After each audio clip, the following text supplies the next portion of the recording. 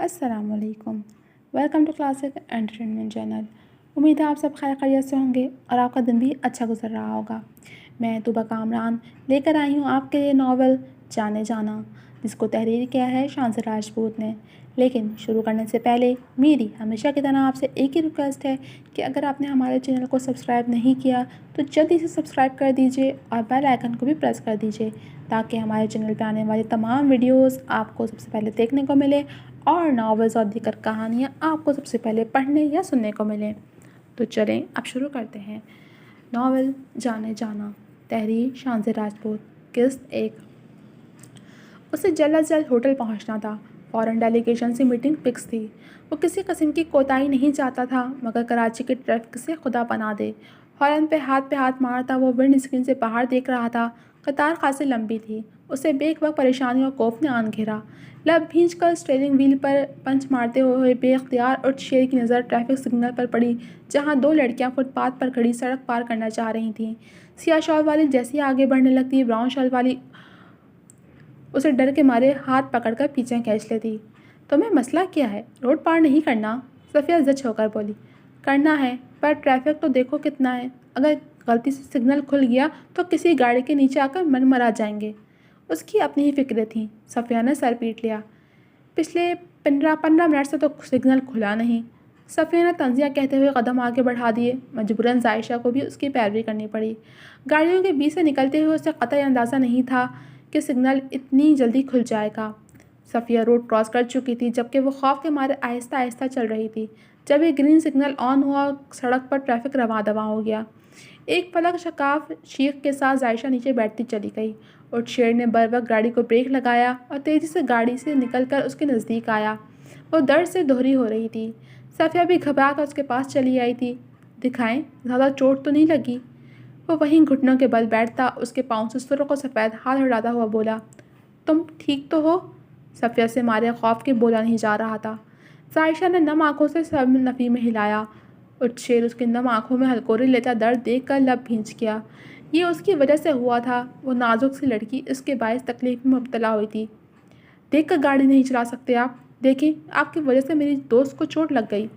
صفیہ نے ماتھے پر بل ڈال کر اس شیر کو 4 باتیں سنائیں جس پر وہ کچھ سخت سنانے لگا تھا کہ اپنے سامنے بیٹھی لڑکی کی سسکاریں سن کر لب بھینچ گیا۔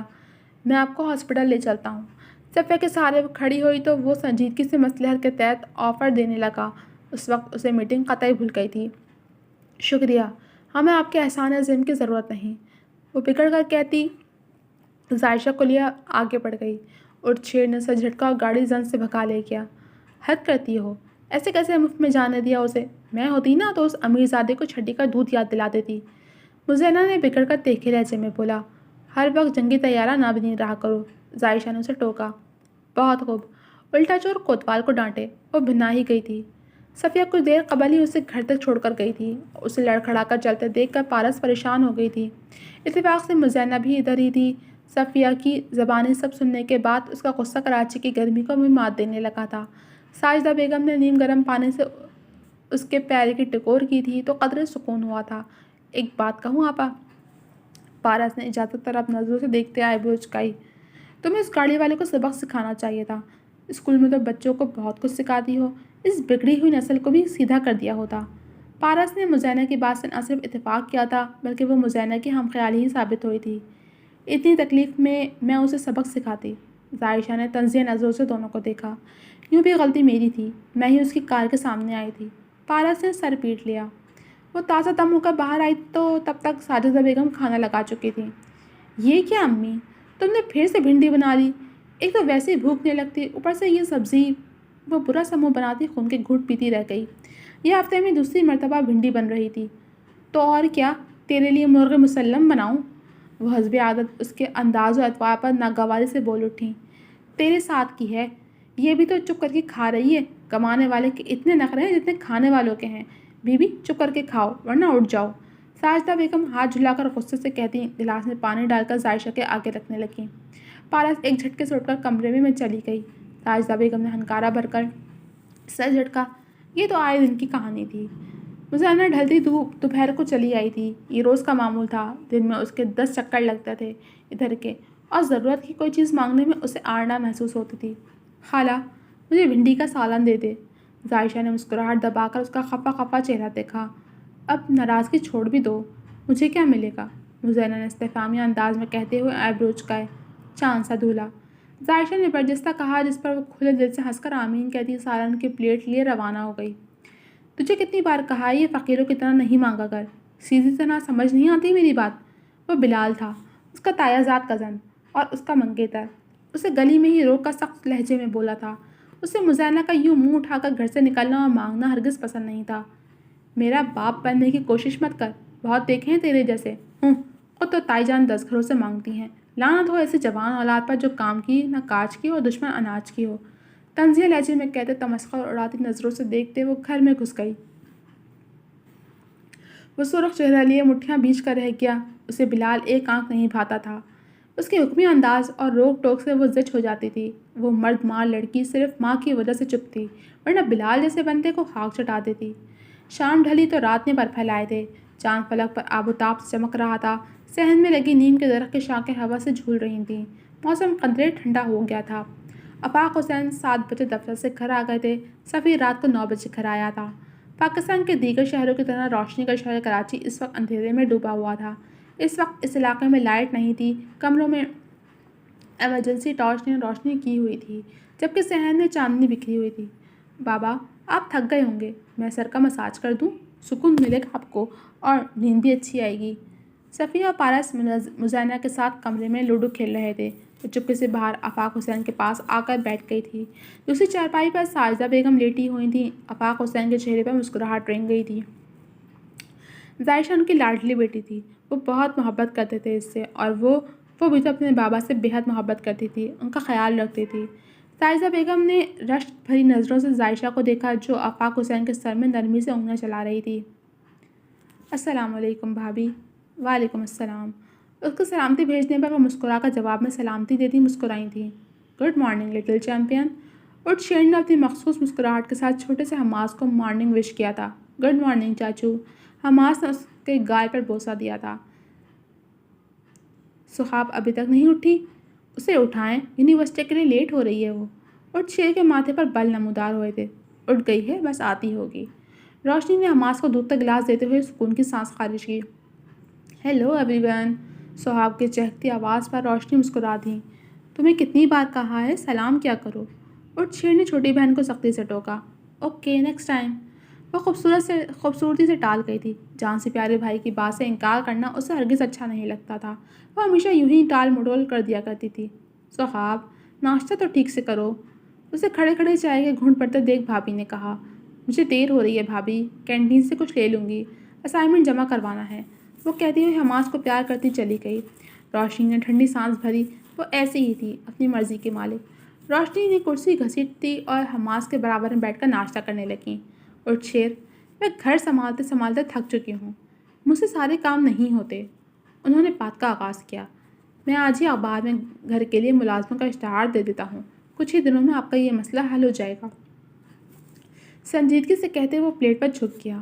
بلیک رنگ کے ڈنر سوٹ میں ملبوس وہ نفاست سے فرائی ایگ کھا رہا تھا۔ 6 فٹ سے نکلتا قد، سرخ و سفید رنگت، دیکھے نین نقوش لیے وہ شخص کسی کا بھی دل ڈگمگا سکتا تھا۔ اس پر تضاد اس کی بیئرڈ اور مونچھیں اس کے چہرے کی وجاہت میں اضافہ کرتی تھیں۔ کیا اتنے خوبرو مرد کو ابھی تک کسی نے پسند نہیں کیا تھا، یا پھر وہ خود ہی کسی کو گھاس نہیں ڈالتا تھا؟ وہ سوچ کر رہ گئیں۔ مجھے ملازموں کے حصول کے لیے تمہاری مدد درکار نہیں ہے، اس کام کے لیے میں خود ہی کافی ہوں، تم بس اس گھر کی بہو لے آؤ۔ بھابھی نے تیر کمان سے نکالا۔ یہ ناممکن ہے بھابھی۔ اور شیر نے نیپکن سے ہاتھ صاف کیے۔ کچھ بھی ناممکن نہیں ہے۔ وہ بھی روشنی تھیں، اس کا لہجہ واپس لوٹانا جانتی تھیں۔ آپ کے لیے میں ملازم رکھوا دیتا ہوں۔ وہ موضوع سے بچنا چاہ رہا تھا اور بھابھی جان بوجھ کر بات کو طوالت دے رہی تھیں۔ میں اس گھر پر ملازموں کا سایہ بھی نہیں پڑنے دوں گی اور شیر، وہ تیز لہجے میں ناگواری سے بولی تھی۔ وہ دنگ رہ گیا تھا۔ یہ مطالبہ وہ اکثر کرتی رہتی تھیں، پر کبھی اس لہجے میں مخاطب نہ ہوئی تھیں۔ مجھے صرف تمہاری بیوی چاہیے، وہی اس گھر کو اور اس کی گھر کی ذمہ داریوں کو سنبھالے گی۔ وہ اٹل لہجے میں بول کر ڈائننگ ٹیبل سے برتن سمیٹنے لگی۔ بھابھی آپ مجھ سے کلام بھی مت کرنا اٹھ شیر، جب تک میری بات نہ مان لو۔ تمہیں ذرا بھی احساس ہے میرا کہ کس قدر مصروف رہنے لگی ہوں میں؟ اپنے لیے بھی وقت نہیں نکال پاتی ہوں۔ ساری ذمہ داری ایک دم ہی میرے کندھوں پہ آن پڑی ہے۔ پچھلے 2 سال سے میں تنہا سفر کر رہی ہوں۔ رمیز کے جانے کے بعد کسی کو میرا خیال نہیں، کوئی میرے بارے میں نہیں سوچتا۔ تم بھی بے حسی کی چادر لپیٹے پھرتے ہو۔ تم آفس چلے جاتے ہو، سہاب یونیورسٹی چلی جاتی ہے اور حماس اسکول چلا جاتا ہے۔ پیچھے گھر میں اکیلی رہ جاتی ہوں۔ یہ وحشت و تنہائی مجھے ڈسنے لگتی ہے۔ میں کس سے اپنا غم غلط کروں؟ سہاب من موجی طبیعت کی مالک ہے۔ مجھے ایک دوست کی، ایک سہیلی کی شدت سے ضرورت ہے، اور شیر میری بات مان لو، شادی کر لو۔ وہ اسے ناراضگی سے خبردار کرتی، آخر میں ایموشنل بلیک میلنگ پر اترتی التجا کر گئی تھی۔ اور شیر تو ان کی آنکھوں میں آنسو دیکھ کر ہی ساکت رہ گیا تھا۔ وہ خاموشی سے پلٹ گئی تھی جبکہ وہ حماس کو اسکول ڈراپ کر کے آفس چلا گیا تھا۔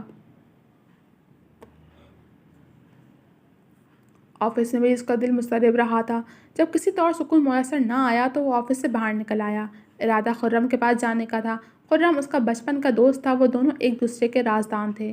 خرم ایک بہترین ڈینٹسٹ تھا، اس کے گھر سے ذرا فاصلے پر ہی اس کا خود کا ڈینٹل کلینک تھا۔ ماں بدولت کیسے تشریف لے آئے؟ آ گئی یاد میری؟ اس کا میسج تو خرم کو موصول ہو چکا تھا، وہ اسی کا منتظر تھا۔ اس کے آتے ہی طنز شروع ہو گیا تھا۔ روٹی ہوئی محبوبہ کی طرح نہ شکوے ہی کرتے رہا کر، یہ نہیں کہ بندہ پوچھ ہی لے کہ کیا پریشانی ہے۔ وہ بدمزہ ہو کر کہتا کرسی گھسیٹ کر بیٹھ گیا۔ تو منہ سے پھوٹ پڑ، کون سے درد اٹھ رہے ہیں تجھے؟ کہیں دانتوں میں کیڑا تو نہیں لگ گیا؟ سلگ کر کہتا وہ آخر میں میز پر دونوں کوہنیاں ٹکائے اس کی طرف جھک کر شرارت سے گویا ہوا تو اٹھ شیر تب اٹھا۔ تو زندگی بھر لوگوں کے دانتے کیڑے ہی نکالتے رہنا بیٹا، کہ کیڑوں کا کام ہی کیڑے نکالنا ہوتا ہے۔ اس نے بھی طاق کا نشانہ رکھا تھا۔ تو اصل موضوع پر آئے گا یا نکالوں تیرے سارے دانت؟ خرم نے اسے دھموکا جڑا۔ وہ تو لقب کیڑا پر ہی دہل گیا تھا۔ اس کی شاندار شخصیت پر لڑکیاں آئیں بھرتی تھیں۔ اکثر تو اس کے فیمیل پیشنٹ ہی اس کے شہر میں گرفتار ہو جاتی تھیں، اور ادھر وہ اس کی شخصیت کی دھجیاں بکھیر رہا تھا۔ 10 کلو کے ہاتھ میں اپنے مریضوں کے دانت توڑنے کے لیے استعمال کیا کر۔ اور شیر نے اسے ریوالونگ چیئر پر دھکا دیا۔ چل اب بک بھی لے، کیوں حسین سے مکھڑے پر 12 بجے ہوئے ہیں۔ خرم نے کھینچ کر اسے پیپر ویٹ مارا جو اس نے بڑی مہارت سے کیچ کر لیا۔ بھابھی چاہتی ہیں میں شادی کر لوں تاکہ ان کی ذمہ داریاں کم ہو جائیں، جبکہ ذمہ داریوں کا تو صرف بہانہ ہے۔ وہ مجھے میری زندگی میں خوش دیکھنا جانتی ہیں۔ اس نے گہری سانس خارج کی۔ ہاں تو کر لے، یہ کون سا مشکل کام ہے، سبھی کرتے ہیں۔ خرم کی شان بے نیازی پر ارشیر نے دانت کچکچائے تھے جیسے کہ وہ وجہ سے نابلد ہو۔ میرا ایسا کوئی ارادہ نہیں ہے۔ وہ ٹانگ پر ٹانگ رکھ کر بیٹھتا اسے باور کرا گیا۔ ارادے بنانے سے بنتے ہیں، اور یوں بھی ارادے نیک تو منزل آسان۔ تو کیوں نہیں کر لیتا؟ خرم کی بے دکھی باتوں پر وہ چڑھ کر گویا ہوا تھا۔ بھائی میری کون سا بھابھی ناراض ہے جسے منانے کے لیے میں اپنی آزادی داؤ پر لگا دوں؟ مجھے اپنی آزادی سے بڑا پیار ہے، وہ مزے سے بولا تھا۔ اللہ کرے تجھے کوئی ایسی لڑکی ملے کہ تو آزادی لفظ ہی بھول جائے۔ وہ جلد دل کے پھپولے پھوڑ رہا تھا۔ اس کی بات پر خرم کا قہقہ گونجا تھا۔ اس کے نان سیریس بیہیویئر پر ارشیر نے سنجیدگی سے خرم کو دیکھا اور اٹھ کر کیبن سے باہر نکلنے لگا۔ ناؤ آئی ایم سیریس، بیٹھ ادھر۔ خرم نے اسے بازو سے پکڑ کر دوبارہ کرسی پر بیٹھنے کا اشارہ کیا۔ اس کے چہرے پر اس وقت سنجیدگی تھی جو ارشیر کو رکنے پر مجبور کر گئی۔ دیکھ ارشیر، جانے والوں کو تو نہ تو روک سکتے ہیں، نہ ہی ان کے ساتھ جا سکتے ہیں، اور نہ ہی ان کے جانے سے زندگی رک جاتی ہے۔ زندگی کا تو کام ہے چلنا، اب وہ چل رہی ہے تو کیوں نہ اسے احسن طریقے سے خوبصورت انداز میں گزارا جائے۔ میری ماں تو شادی کے متعلق سوچنا شروع کر دے۔ اس کے سامنے کرسی گھسیٹ کر بیٹھتا وہ سنجیدگی سے اسے سمجھانے لگا۔ مجھے بھابھی کی فکر ہوتی ہے، اتنی کم عمری میں ان سے زندگی کے رنگ چھین گئے۔ وہ رمیز بھائی کو بھلا نہیں پائی ہیں، وقت ہی کتنا ہوا ہے انہیں بچھڑے۔ میں شادی کر لیتا ہوں تو مجھے خوف ہے کہ وہ مجھے اور میری بیوی کو ایک ساتھ دیکھ کر اندر ہی اندر گھٹنے لگیں گی۔ رمیز بھائی کی یادیں انہیں ابھی چین نہیں لینے دیتی، تو میری شادی کے بعد میری بیوی اور مجھے دیکھ کر تو وہ مزید بکھر جائیں گی۔ ان کے آگے پوری زندگی پڑی ہے یار، پہاڑ جیسی زندگی کیسے گزاریں گی وہ اس عزر کے ساتھ؟ اور شیر نے تھکے ہوئے لہجے میں اپنا اضطراب کھول کر اس کے آگے رکھ دیا۔ تو کیا تو ساری زندگی شادی نہیں کرے گا؟ کیونکہ بھابھی تو اب دوبارہ شادی نہیں کریں گی۔ خرم کی بات میں طنز نہیں تھا، وہ بہت سنجیدہ لہجے میں عام سی بات کہہ گیا تھا۔ کچھ سمجھ نہیں آ رہا یار، اور شیر نے بالوں میں ہاتھ پھیرتے بے بسی سے کہا۔ شادی کر لے یار، ہو سکتا ہے بھابھی کا رویہ تیری سوچ کے خلاف ہو، جو تو سوچ رہا ہے ویسا نہ ہو، کیونکہ اگر ایسا ہوتا تو وہ واپس اپنے ماں باپ کے پاس اسلام آباد چلی جاتی، مگر انہوں نے ایسا نہیں کیا اور سسرال میں رہنے کو ترجیح دی، جبکہ وہ ہر بات سے آگاہ تھیں کہ تیری اور نورس کی زندگی میں کبھی تو خوشیاں آئیں گی۔ خرم نے اس کا کندھا تھپکتے اسے حوصلہ دیا تھا اور شیر نے سمجھتے سر ہلا دیا۔ جی تو جناب، کیسا لگا آپ کو قسط پڑھ کے یا سن کے؟ امید ہے پسند آئی ہوگی۔ کمنٹ سیکشن میں اپنی رائے کا اظہار ضرور کیجیے گا۔ جلد ملوں گی آپ سے اگلی قسط کے ساتھ، تب تک کے لیے اللہ حافظ۔